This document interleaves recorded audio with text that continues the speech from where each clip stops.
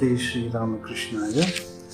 Letters of Swami Vivekananda. Arise, awake onward. I only tell you this, that whoever reads this letter will imbibe my spirit. Have faith onward, Swami Vivekananda. Letter number 95, written to Miss Mary Hale from 54 West 33rd Street, New York, 22nd June 1895. Dear sister, the letters from India and the parcel of books reached me safe. I am so happy to know of Mr. Sam's arrival. I am sure he is bewailing of the widows nicely. I met a friend of Mr. Sam's one day on the street. He is an Englishman with a name ending in N.I. He was very nice. He said he was living in the same house with Sam somewhere in Ohio. I am going on pretty nearly in the same old fashion, talking when I can and silent when forced to be. I do not know whether I will go to Greenacre this summer. I saw Miss Farmer the other day. She was in a hurry to go away, so I had but very little talk with her. She is a noble lady. How are you going on with your Christian Science lessons? I hope you will go to Greenacre. There you will find quite a number of them, and also the spiritualists, table turnings, palmists, astrologers, etc., etc. You will get all the cures and all the isms presided over by Miss Farmer. Landsberg has gone away to live in some other place, so I am left alone. I am living mostly on nuts and fruits and milk, and find it very nice and healthy too. I hope to lose about 30 to 40 pounds this summer. That will be all right for my size. I am afraid I have forgotten all about Mrs. Adams' lessons walking. I will have to renew them when she comes again to New York. Gandhi has gone to England en route to India from Boston, I suppose. I would like to know about his chaperone, Mrs. Howard, and her present bereaved state.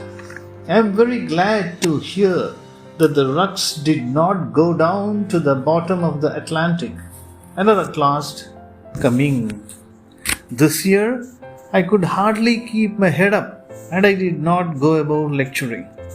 The three great commentaries on the Vedanta philosophy, belonging to the three great sects of dualists, qualified dualists, and monists, are being sent to me from India. Hope they will arrive safe. Then I will have an intellectual feast indeed.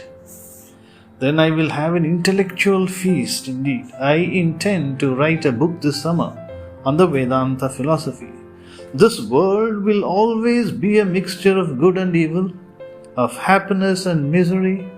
This wheel will ever go up and come down. Dissolution and resolution is the inevitable law. Blessed are those who struggle to go beyond. Well, I am glad all the babies are doing well, but sorry, there was no catch even this winter, and every winter the chances are dwindling down. Here, near my lodgings, is the Waldorf Hotel, the rendezvous of lots of title but penniless Europeans on show for Yankee heiresses to buy. You may have any selection here. The stock is so full and varied. There is the man who talks no English. There are others who lisp a few words which no one can understand. And others are there who talk nice English, but the chance is not so great as that of the dumb ones. The girls do not think them enough foreign who talk plain English fluently. I read somewhere in a funny book that an American vessel was being foundered in the sea. The men were desperate and, as a last solace, wanted some religious service being done. There was Uncle Josh on board, who was an elder in the Presbyterian church. They all began to entreat Do something religious, Uncle Josh. We are all going to die. Uncle Joseph took his hat in his hand and took up a collection on the spot. That is all of religion he knew, and that is more or less characteristic of the majority of such people. Collections are about all the religion they know or will ever know. Lord bless them. Goodbye for the present. I am going to eat something. I feel very hungry. Yours affectionately, Vivekananda. Om Shanti Shanti Shanti.